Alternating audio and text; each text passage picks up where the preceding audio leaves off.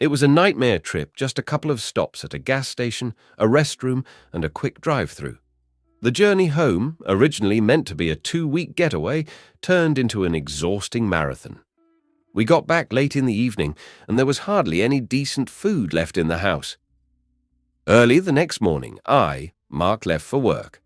On the way, I stopped at a local bakery in Glenville, Ohio, to pick up my favorite donuts and a cup of hot coffee. Everyone in the office was surprised to see me come in so early. There was no time for a proper lunch, so I snacked on a pack of cheese crackers and a soda right at my desk. Then I met with my boss and got reprimanded for a mistake that wasn't even mine. When I got home, I arrived just in time to see my wife, Carol, pulling out of the driveway, followed by a moving truck. I had no idea where she was headed. From the portable cooler we had lugged around on our ill-fated trip, I pulled out a protein bar. The food we'd placed there before we left remained untouched. The ice and cooling packs had melted, and everything was warm. The protein bar had soaked up some melted water and looked dreadful. Almost all of Carol's belongings from before our wedding were gone from the living room. I went into the bedroom. Her childhood dresser and closet had also disappeared. None of her possessions remained, and the rest of the wardrobe was empty. 3 dirty coffee mugs stood on the kitchen island. The family china and crystal sets had vanished. But by then, it didn't even surprise me. The purpose of our trip was to try and work through a few issues that had come up in our 2-year marriage. If I'm being honest, there was really just one major issue, but it was the most serious of all: to cheat or not to cheat. That was the question. My goal was to stay faithful. One of the songs the DJ played at our wedding reception was about people tying the knot in the heat of the moment, and it summed us up perfectly. We had only known each other for 6 months before we got married. Imagine how many people warned both of us that it was a huge mistake to marry so quickly. Put simply, almost everyone I knew or associated with. Carol got the same response, but we believed we were in love and knew better than everyone else combined. Good God, we were such fools. The fever mentioned in that song faded almost as soon as the priest pronounced us husband and wife. The wedding cake hadn't even had time to go stale before problems started. They began with her new boss's son, a college football player, raised to believe he could have anything he wanted. His father, Martin Jackson Jr., had bought the dealership where my wife worked. Our small town has 6 dealerships, and after purchasing that one, Martin became the owner of 3. Carol had been working there for 4 years and had helped my cousin Ryan get a job cleaning cars. Everyone who knew Ryan liked and respected him. He wasn't exceptionally quick or clever, but he loved cleaning vehicles and did it well. He was also a decent mechanic, but he lacked the confidence to do it full-time. At my wedding, Ryan served as one of my groomsmen. Besides being family, I considered him a close friend. After Jackson bought the dealership, his son initially didn't show up. He was still finishing college. But once his studies ended, he started coming in often, and the mostly female office became his favorite hangout. Soon enough, Carol's debt became the center of his attention whenever he was there. At first, Carol said he was just annoying. Later, she stopped talking about him altogether, and I assumed he'd either left her alone or set his sights on someone else. However, one evening, Ryan was unusually quiet as we sat on the porch of our rented house. He enjoyed a drink now and then, but his alcohol tolerance was low, so I always kept something light on hand for him. If he ever noticed the difference between his drink and mine, he never mentioned it. He wasn't stupid, just slow to catch on sometimes. Once he learned something, though, he'd remember it forever, and he was incredibly loyal to me as both cousin and friend. So we were sitting there, barely talking, and he sipped his drink only occasionally. I caught him giving me odd looks, and finally I asked, "What's going on, Ryan?" "Dan likes Carol." Dan was Jackson's son. I joked, "Everyone likes Carol." "No, Mark, this is different. He spends a lot of time with her. Today they left to have lunch together and came back together. Carol never used to leave the office. She'd always eat right there and watch game shows on TV." "Are you sure?" He nodded slowly. That was my first clue that our paradise wasn't as perfect as I thought. We didn't talk about it anymore that evening. When Carol came home, I asked if she was having any issues at work. No, everything's fine. Why do you ask? No reason. Dan used to bother you before, and you haven't mentioned him in a while. Oh, he still bothers me, but I can handle it. The second, third, and fourth hints also came from Ryan inappropriate gestures, like Dan's hand on Carol's hip or her hand on his knee when they sat together. Nothing that outright screamed an affair, but I didn't like what I was hearing. I didn't mention any of it to Carol. I just asked Ryan to keep an eye on them and let me know what happened. He'd call me whenever he noticed something out of line. I'm usually pretty direct and confrontational, but this time I held off for two reasons. First, I really couldn't believe Carol would do something so dishonorable. Second, I didn't want everyone saying, "I told you so," if she did cheat. One afternoon, Ryan called to say he caught Carol and Dan kissing in an office where no one usually went. Kissing was crossing the line. I talked to her about it that evening. At first, she denied everything, but eventually admitted that she and Dan had fooled around and kissed a bit, but nothing serious. Could it become serious? I asked. Of course not, she answered. I made it clear I wouldn't tolerate any more flirting or kissing, and that infidelity would definitely lead to divorce. We can end this marriage just as fast as we started it, I said, and if you ever end up in bed with someone else, I won't hesitate. Although I never told her how I found out about her and Dan, Ryan was fired the next day. It was easy to guess why. Carol and I never discussed his firing, but I mentioned how terrible it was to fire someone with a disability. I also said Ryan and I would file a complaint against Jackson with the ADA, American Disabilities Association. In truth, no one had ever officially considered Ryan disabled, just slower than average. My threat to file a complaint was more of an emotional outburst. We never seriously considered doing so. The following day, Ryan got a job at one of Jackson's other two dealerships, but the employees at his old location protested so loudly that management brought him back. It was an interesting display of workplace solidarity. Nearly everyone at the dealership stood up for Ryan. After that conversation, and my statement about how quickly a divorce could happen, Carol and I had several talks about what behavior is acceptable in a marriage. The main rule was never allowing yourself to be in a situation your spouse would clearly disapprove of. For example, having a meal alone with someone of the opposite sex who isn't a family member might be entirely harmless on its own. But even the hint of such a situation can spark rumors, especially in a small town, and once the gossip starts, there's no stopping it. A good reputation can crumble in just a few days. After that candid talk, Carol and I decided to take a break and try to recapture at least a bit of the magic mentioned in the wedding song. We put in for vacation, packed our bags, and set off on a trip. It took us almost 2 full days of driving to get to our destination. Things went smoothly at first, but a few hours into the trip, Carol's phone started ringing. She looked at it, but didn't pick up, switching it to silent instead. About an hour later, it rang again. The phone vibrated right in her hand. She jumped a bit, then again declined the call. A few minutes later, she asked me to stop so she could use the restroom. We pulled into a large roadside cafe. I drove up to one of the gas pumps, and she practically leapt out of the car and rushed inside. Normally, I can't stand it when people fill up their tanks and then leave their car blocking the pump while they shop or use the facilities.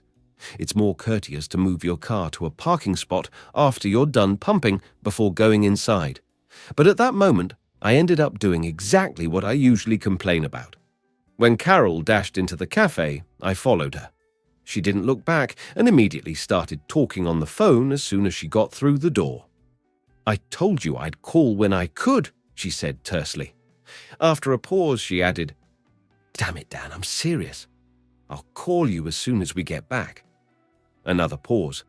"Dan, don't—" She glanced at her phone again, then looked around the room. I crouched down behind a tall snack display and waited a couple of seconds before peeking over the top. Carol's back was to me, and I heard her say, "Bastard, don't you ever hang up on me again." It looked like the bastard had already ended the call because she stared at her now dark phone screen. She tried calling him back, but he didn't pick up.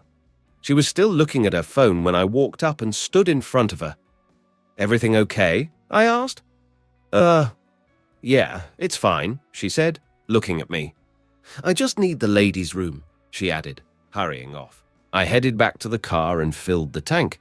By the time she came out, she was holding a soda. I glanced her way and said, "That's fine, I'll get something for myself."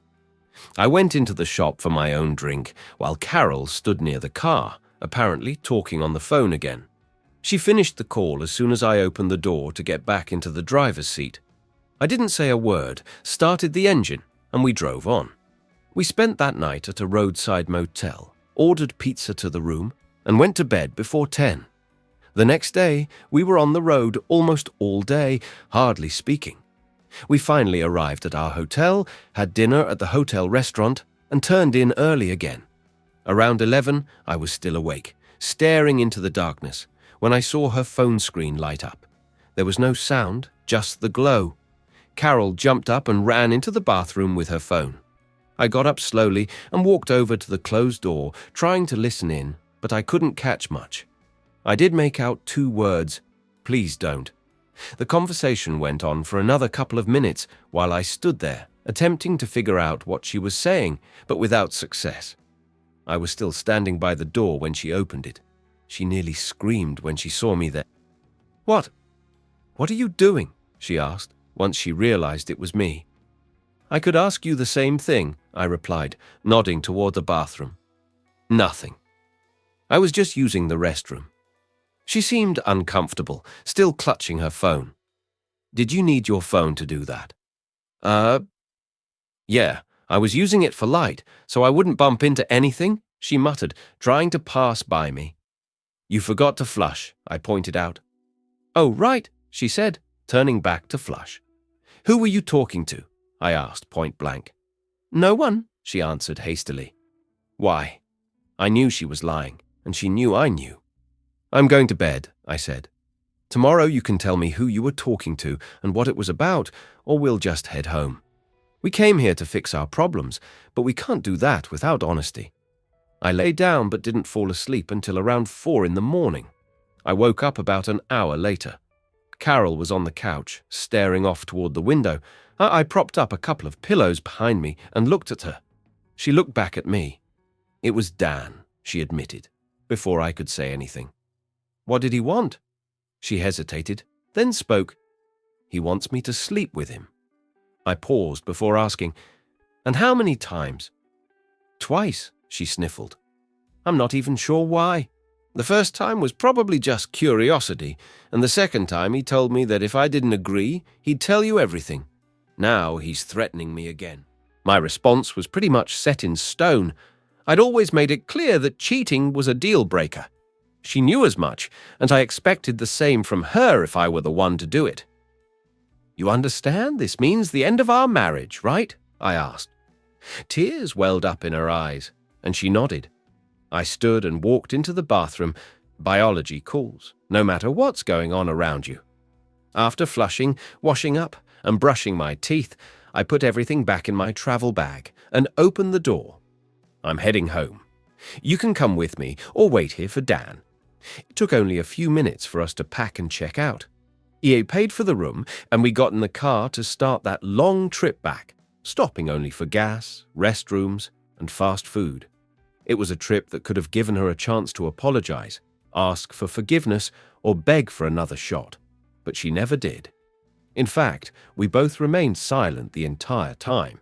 Whenever we stopped, we each bought our own food. If she needed the restroom, she never said a word, just went. She always got back to the car before I did. Once home, I discovered that my first day back at work had already ended, and the house was cleared of all Carol's belongings. I hadn't had a proper meal in days, so I decided to try, for the first time, a local food delivery service I'd been ignoring. I registered on their website, placed my order, and about 40 minutes later, the delivery person rang the doorbell. I took the food, handed over a tip on top of the one I'd added online, and looked forward to finally having something decent to eat, along with a drink or two, or 6. I set the food on a tray in front of the TV and sat down. From my chair, I could see both the screen and the street through the window.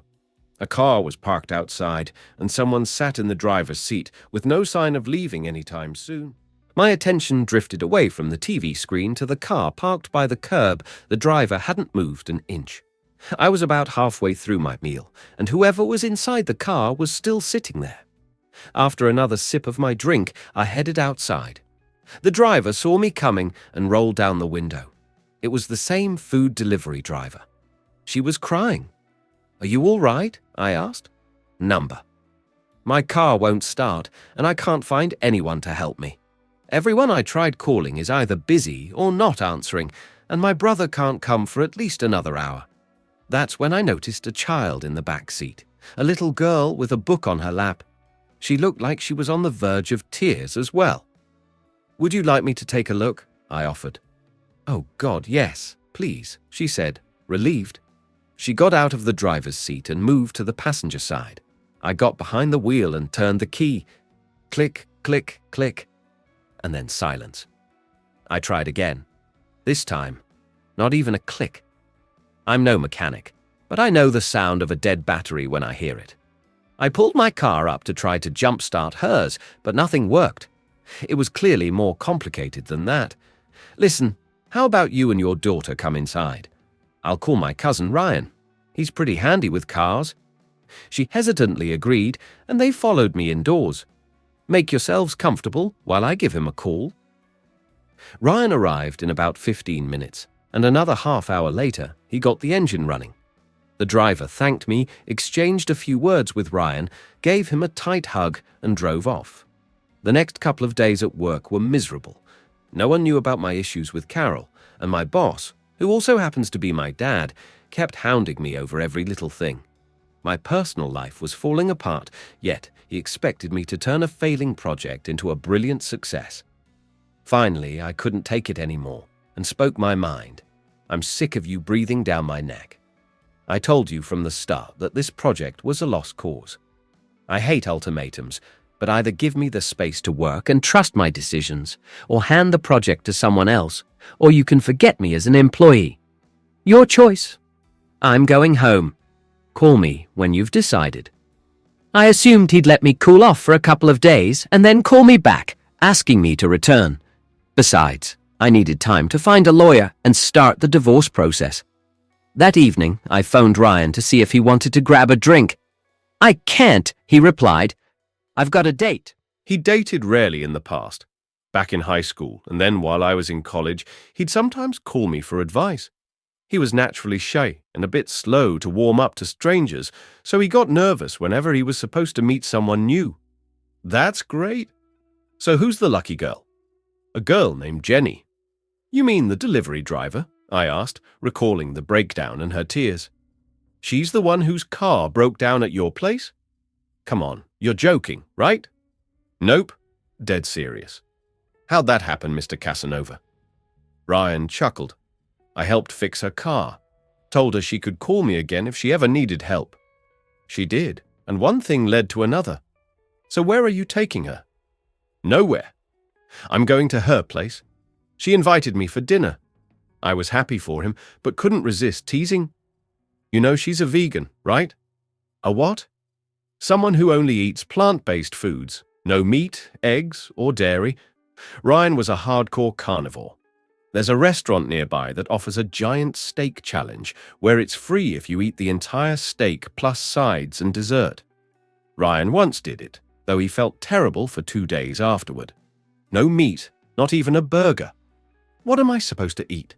Probably veggies, beans, maybe quinoa. Quinoa?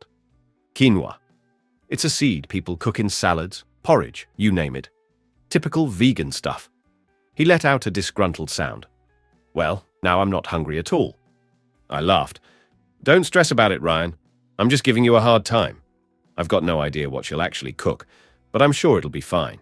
Just have a good time." I decided to order delivery again for myself. The next day, I spent some time around the house. Carol was gone, and the lease still had a year left, so I wanted to make it more livable for just me.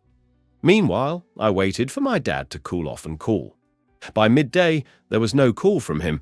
Instead, my mum rang. "Mark, I'm tired of hearing your dad complain that you can't do anything right. You have a degree. Maybe you should just find another job if the two of you can't get along." "I've thought about it, Mum, but that would probably mean moving. I don't really want to leave." "Then why not just do things his way?" "Because he's stuck in the past. We need to update the way we run things." "Haven't you talked to him about that?" "Many times. He's too stubborn to listen." "Well, I don't want to leave, so please talk to him again." "Okay, I promise. He's right here, nodding. Says he'll call you tomorrow. Just come back to work then." "All right. By the way, how about you and Carol come over for dinner tomorrow?" "Carol won't be coming." "Why not?" I'd been putting this conversation off, but I realized it was time to lay it all out. Mom relayed everything to my dad until he told her to put me on speaker. When I finished my story, he took the phone. "Here's how we'll handle this. I'll officially fire you, and you'll have no income. When the divorce goes to court, you won't be making any money, so you won't owe her alimony. Then once it's over, you can come back. I've been telling you since day one that Carol was a bad fit, and now she's proven it," Mom added. "You'll be better off without her, huh? Thanks. But I'll figure it out myself," I said. "Dad, I'll see you at the office." "Mum, see you tomorrow."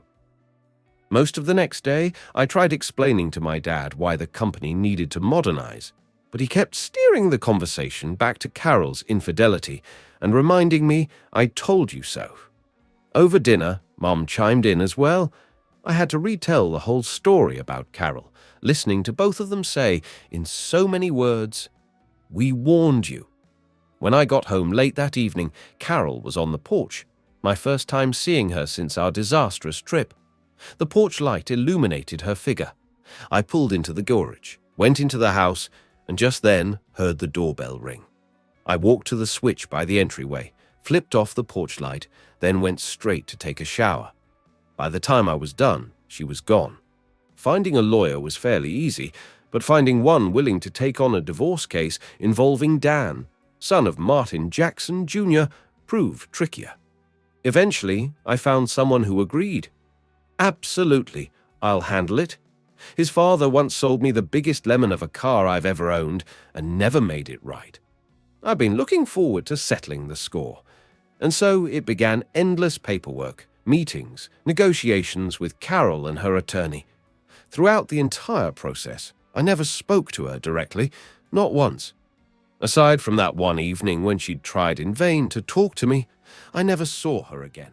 She showed no sign of wanting to talk, and I saw no point in it either. Carol had cheated on me, so as far as I was concerned, talking wouldn't change a thing. According to Ryan, Carol had transferred to another dealership, and Dan hardly ever showed up. Rumor had it Dan had dumped her and found someone better. Meanwhile, Ryan and Jenny got along brilliantly, and Jenny's daughter, Sophie, thought he was the best person ever. Ryan split his free time between her place and mine, happier than I'd ever seen him. The more he told me about his relationship with Jenny, the more I realized that for weeks, my only personal relationship had been with my own right hand. I went straight from work to home, occasionally stopping by my lawyer's office, the store, or my parents' place. My dad had finally run out of "I told you so" lectures and even made a couple of attempts to hear me out about improving the company. My mum kept trying to set me up with other women. Our town isn't that big, but I never imagined it had so many available, suitable women. Now, evidently, she must have posted some ad like "attractive, well-educated, 36-year-old man in the process of divorce seeks an honest, faithful, reliable woman. Looks are secondary. Must love music, theatre, good food, and quality drinks." After the 5th randomly arranged date, I stopped taking her calls and warned my dad that if he mentioned matchmaking one more time, I'd move to another state. I finally spoke to Carol on the day our divorce was finalized. The judge banged the gavel, declared our marriage dissolved, and I walked over to her and asked, "Was it worth it?" Then I left, without waiting for an answer. Ryan used to help me keep my car clean, but lately he'd been too busy washing Jenny's car instead. One Saturday, I was washing my car alone when he pulled into my driveway with Jenny and her daughter, Sophie, who looked about 7 or 8. They were heading to the mall and asked if I wanted to come along. I tossed my sponge into the bucket, wiped my hands and said yes. It wasn't like I had better plans. We'd been wandering around the mall for about an hour, and I was starting to regret tagging along when we passed an ice cream stand, and Sophie asked if she could have some. "Not right now, honey," Jenny said. "Dinner's coming up soon." "Oh, come on," I interrupted. "Let's go, Sophie. I want some ice cream too." She grabbed my hand and we sprinted toward the stand. "See you later," I called over my shoulder to Ryan and Jenny. We walked around with our cones, still holding hands. "Mum says when there's a crowd, I shouldn't get lost, so I have to hold her hand," Sophie explained. "And now I have to hold yours too, so you don't get lost." "Makes perfect sense," I said, smiling. We'd been strolling for a few more minutes, chatting away between licks of ice cream, when suddenly I was slammed onto the floor and blacked out after hitting my head. When I came to, I was in handcuffs, surrounded by police officers and an angry crowd. I saw Sophie crying in the arms of some woman. "What the hell is going on?" I managed to ask. "Shut up, you creep," snapped one of the cops. "We'll figure this out." "It's okay, Sophie," I heard the woman say. "He can't hurt you anymore." "He wasn't hurting me." "He bought me ice cream," Sophie wailed. "I know, sweetie. Sometimes bad people do that," replied the woman. "He's not bad," Sophie insisted, sobbing. "Where's my mum?" "I called her." "She's on her way," the woman answered. "Now calm down." Then Sophie asked, "Is Mark hurt?" "Who's Mark?" asked one of the officers. She pointed at me. "That's him. Anytime I tried to speak, a cop would tell me to be quiet." "Do you know him?" another officer asked the woman. "Yes, he's Ryan's cousin. We came here together to go shopping." "Oh, God," the woman moaned, turning to the policeman. "I think I made a huge mistake." "Don't tell me that, Ma'am," he muttered, glancing back at the crowd. "We better get him out of here before they tear him apart." He grabbed me by the arm. "Let's go." Several people from the crowd followed, shouting things like, "Castrate that bastard," and "Hand him over to us." Every time I tried to explain myself, the cops shut me down. "You'll get your chance to talk later." They took me to a security room, searched me, emptied my pockets, and left me in cuffs. A few minutes later, 2 officers came in, removed the handcuffs, returned my wallet and other belongings, and started apologizing. Then Jenny and Ryan walked in. "Oh my God, Mark, I'm so sorry," Jenny said. "My sister saw you with Sophie and thought you were kidnapping her." I massaged my wrists. I'd seen people on TV rub their wrists after having cuffs taken off, and now I understood why those things hurt. I was angry, shaken, and still afraid. Ryan kept asking if I was okay. Jenny kept apologizing, and Sophie clung to her. I looked at one of the officers. "Can I go now?" "Yes, sir, but before you leave, we need you to sign a release form. You tackled me, knocked me out, cuffed me, called me names, and I'm not signing anything until I talk to my lawyer." I walked out to a larger room. A mall security guard stood by the door. "Is that the exit?" I asked. Yes, sir, but I wouldn't go out there if I were you." "Why not?" "Because there are people out there who think you're a pedophile, and they're waiting for you." "Wonderful. Can this day get any worse? Can't you just tell them the truth?" "We tried," said a police sergeant who came over. "We'll take you out the back way, Mr. Bradford. Probably they'd seen my ID in my wallet and assumed that was my last name." "Bring him to my car," Ryan suggested. The sergeant turned to me. "Maybe I better drive you home myself. My unmarked car won't draw attention. Let's go." I wasn't mad at Ryan, Jenny, or even her sister, Aunt Louise. I just wanted to get out of there, and a police escort seemed like the quickest, safest option. We were almost at the back exit when Aunt Louise stopped me. "I'm so sorry. I saw you with Sophie and thought she was being kidnapped." I let out a deep breath.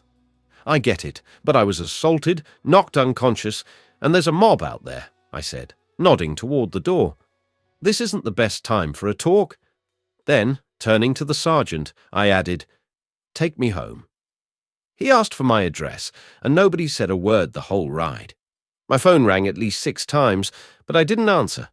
I didn't want to talk to anyone. When I started to get out of the car, the sergeant stopped me. "Mr. Bradford, I'm sorry this happened, but from my perspective, I'd rather it go down this way than have a child abducted because people looked away. I appreciate people like Louise Garner any day."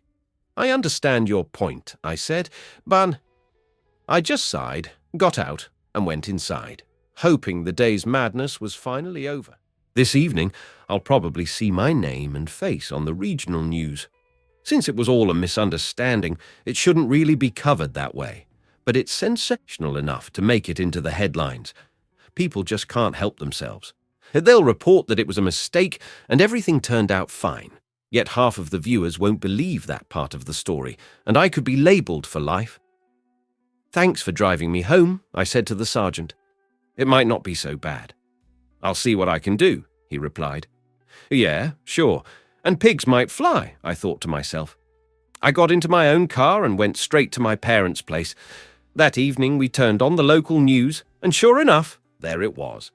We'd missed the beginning of the story, but we heard, "If you see something, say something." Even if it turns out to be a mistake, staying silent could doom an innocent child to a terrible fate. One good thing for me was that they didn't mention my name or show my picture. The anchor even wrapped up the segment by saying, "We've chosen not to disclose this gentleman's identity so as not to make his already difficult situation any worse." Personally, I extend my sincere apologies to him. "This is Louisa Garner. Good night." "Well, looks like you dodged a bullet," Dad said. "It's not as bad as you thought." "Yeah, not so bad," I agreed. "So, what do you plan on doing now?" Mum asked. "I think I'll just leave it alone. If I try to sue for false arrest, it'll go public, and my name and face will definitely be all over the news. I don't want that, and as far as I can tell, the police did what they believed was right at the time." On my way home, I remembered my phone. By then, there were 8 messages, or 3, from Ryan, apologizing again for everything and saying how awful Jenny felt, and the rest were from the city police and a local TV station. I didn't listen to any of them. It was already late, but I couldn't stop thinking about how the news anchor had ended the broadcast. "This is Louisa Garner. Good night." Damn it, I thought. Didn't the sergeant say something like, "I'm always glad to have vigilant citizens like Louisa Garner around"? "Well, they can all go to hell," I mumbled, still annoyed. I hadn't really looked closely at her in the mall and didn't recognize her on TV, maybe because of makeup or a different hairstyle. Later, I called Ryan, knowing he'd be worried about me. "You okay?" he asked. "Yeah, I'm fine. Just a bit shaken up. How's Sophie?" "She's all right. She got scared when the cops knocked you down, and she dropped her ice cream. She calmed down after we bought her another cone and told her you were fine. Glad she's doing okay. Did you watch the news?" "We caught most of it, missed the beginning." "Too bad. The beginning was the juiciest part." "So what did they say?" Louisa explained exactly what happened and admitted she'd started the whole thing. She said she saw her niece with a stranger and panicked. She kept an eye on you while she was on the phone with the police, didn't trust mall security, and basically stayed on your tail until they arrived. She took full responsibility, adding that she'd probably do it again under the same circumstances. "I can see her logic," I said. "She was afraid I'd take off with Sophie before the police showed up, so she followed me and looked for something to hit me with. She really is sorry." "Yeah? By the way, why didn't you ever ask about Jenny's sister working in TV?" "I didn't think it mattered." "Well, I guess it doesn't. But I kind of assumed Jenny needed the money if she was delivering food and if her sister's on TV. It's local TV, so Louisa doesn't make much. I don't know the exact amount, but it's definitely not a big salary. And Jenny, like most of us, gets by as best she can. If she needs extra cash for something, she has to find a way. She's saving up for a vacation, so she's doing food delivery on the side. Good for her." "Yeah," Ryan said. pausing for a moment. I really like Jenny, Mark, and she likes me. She doesn't care that I'm kind of slow. I smiled. Ryan, none of us care that you're a bit slow.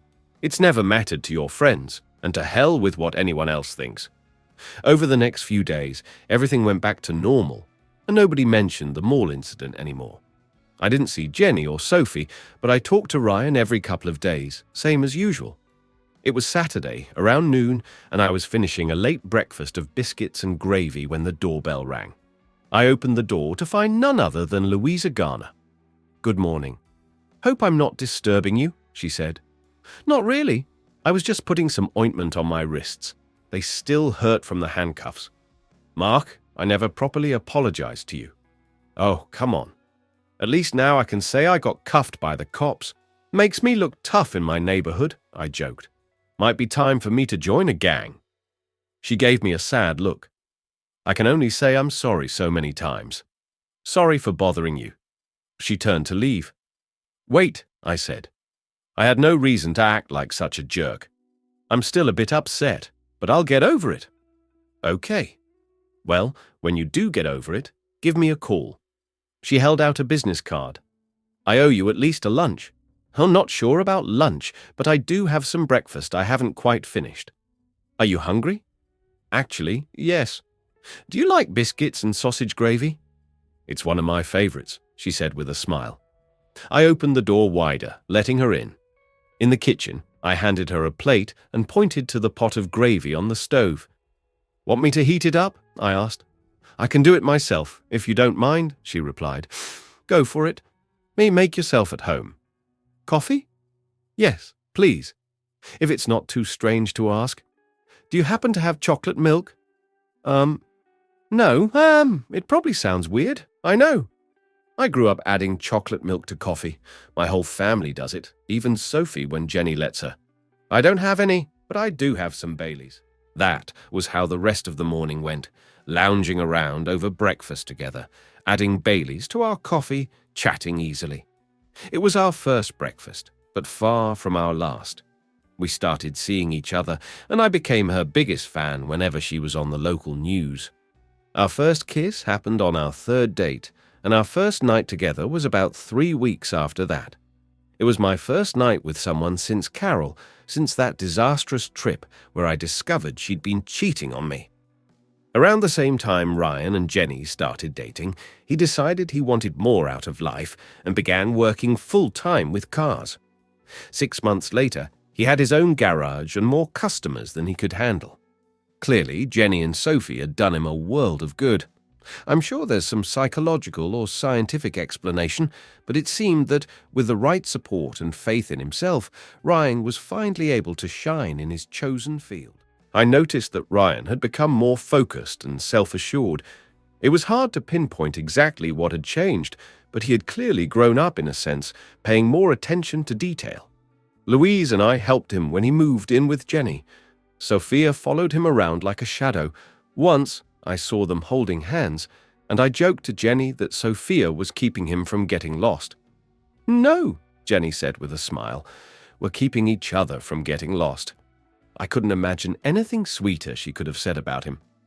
About a year after my divorce, I heard that Carol was getting married again. This time not to Dan, but to some guy who worked for the city's sanitation department. They had known each other for only 5 months. In my mind, I wished him luck. He'd probably need it. By that point, I'd realized I didn't hate her or even feel any resentment toward her.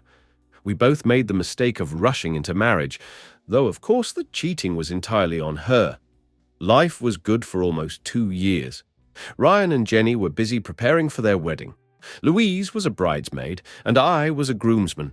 Their parents had divorced when Louise, the youngest, was 4, and their brother planned to walk Jenny down the aisle. My lease ended around that time, so I moved in with Louise. We never talked about marriage, and we seemed perfectly happy. Even in the midst of Ryan and Jenny's wedding planning, we never once discussed a wedding for ourselves. There's a publication that lists radio and TV job openings around the country. Without telling Louise, her news producer sent out some of her old demo tapes to bigger markets. He liked how she handled on-air work and wanted to help her advance. One day she got a call from a station in Houston. The news director there had seen some footage and asked for more. Eventually, he invited her to Houston for an interview. She was ecstatic, and we both decided she should go. This was her big chance. After the interview, she told me that one of the videos that had impressed him the most was the one where she mistakenly thought I was kidnapping Sophia. The meeting went well. They gave her a sort of trial broadcast and said they'd let her know. 2 weeks later, they called back and offered her the job. It was a huge step in her career, a shot at potentially moving on to a national level. Every journalist's dream. Meanwhile, my stubborn father finally agreed to implement a few changes I'd been urging, and the business began to grow, slowly but steadily. I was enjoying my work, Dad happy, and our employees were more than satisfied. Moving to Houston wasn't an option for me. It's about a 4-hour drive, and I needed to concentrate on the family business.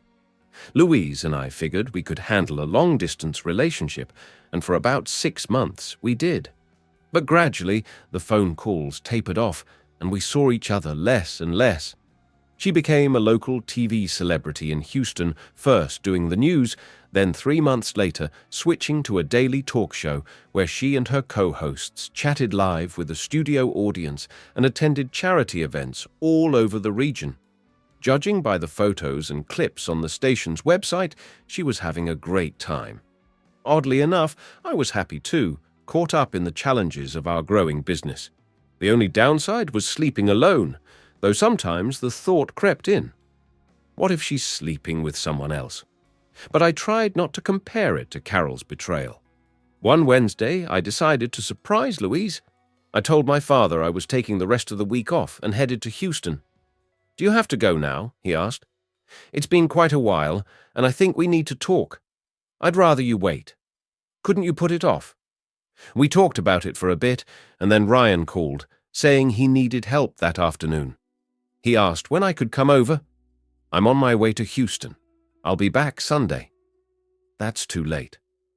"What's so urgent that it can't wait?" he asked. "Something personal, Ryan. Sorry, but I can't help." Louise's show ran live every morning, but in the afternoons, the crew would do research and plan for the next broadcast. It was a full workday, not just an hour on the air. I arrived at her apartment around noon, intending to wait for her. That's when I found out my key no longer worked in the lock. I rang the bell, but there was no answer. I went to the building manager's office to ask for a new key.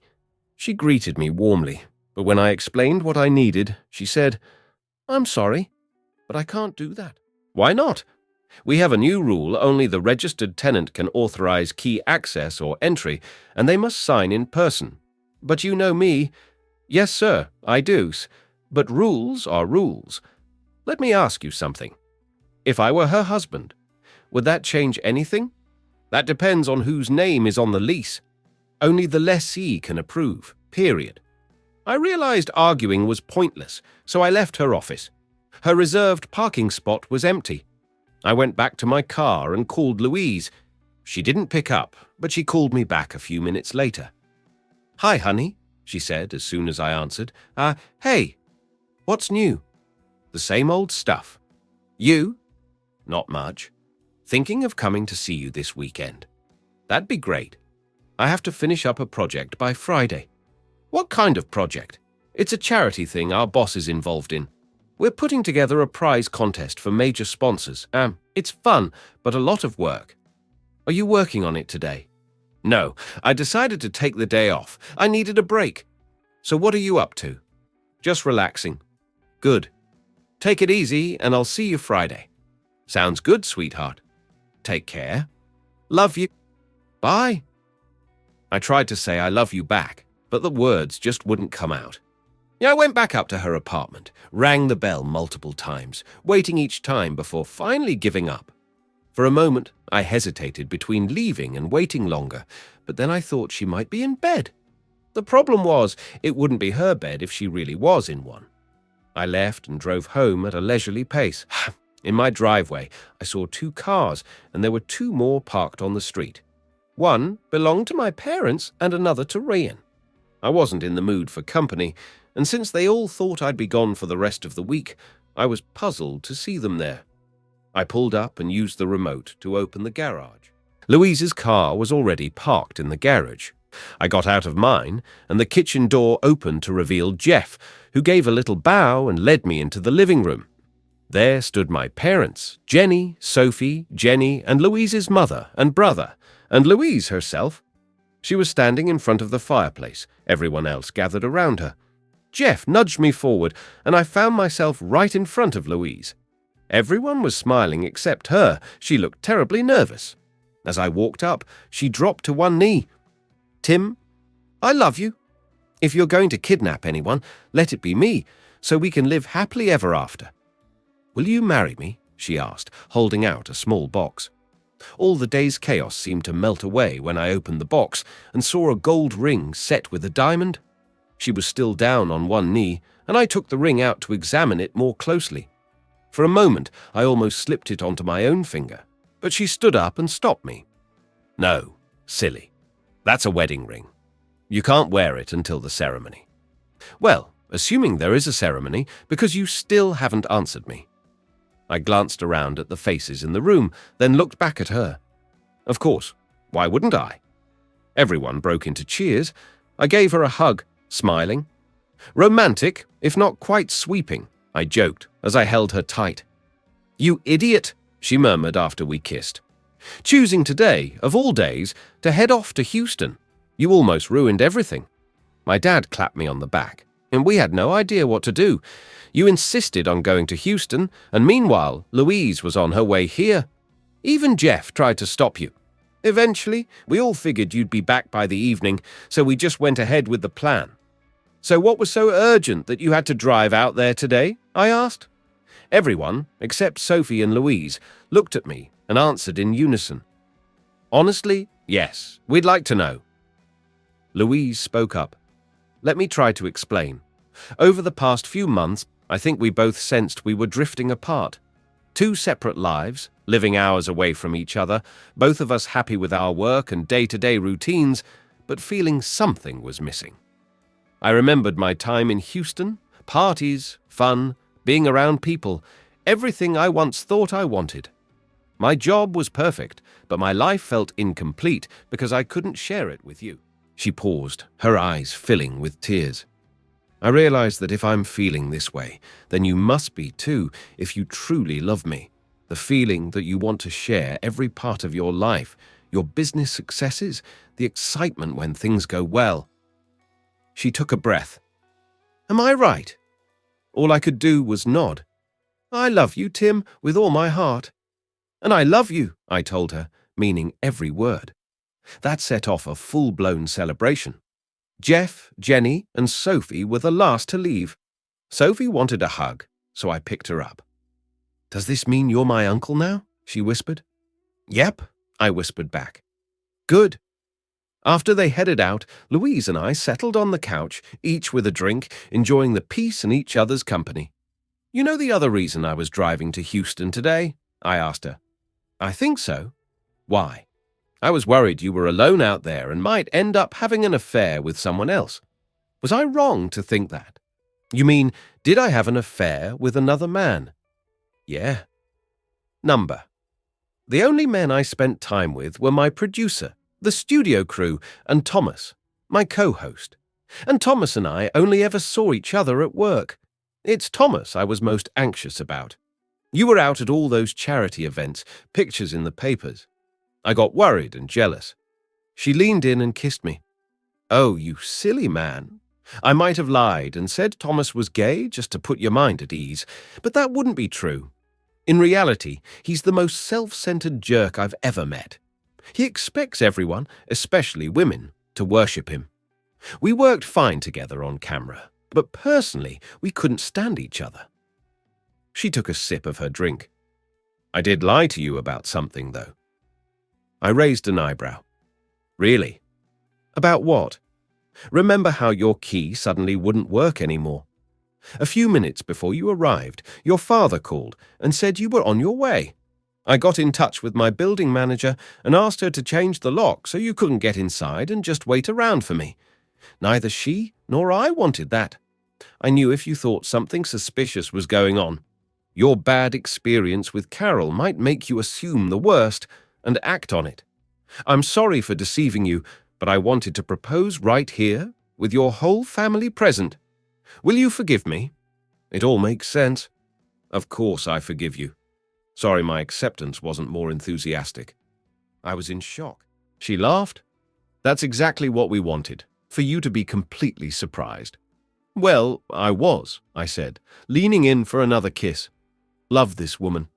So, when are you heading back to Houston? I asked, recalling that she usually left in the middle of the night to make it to her show.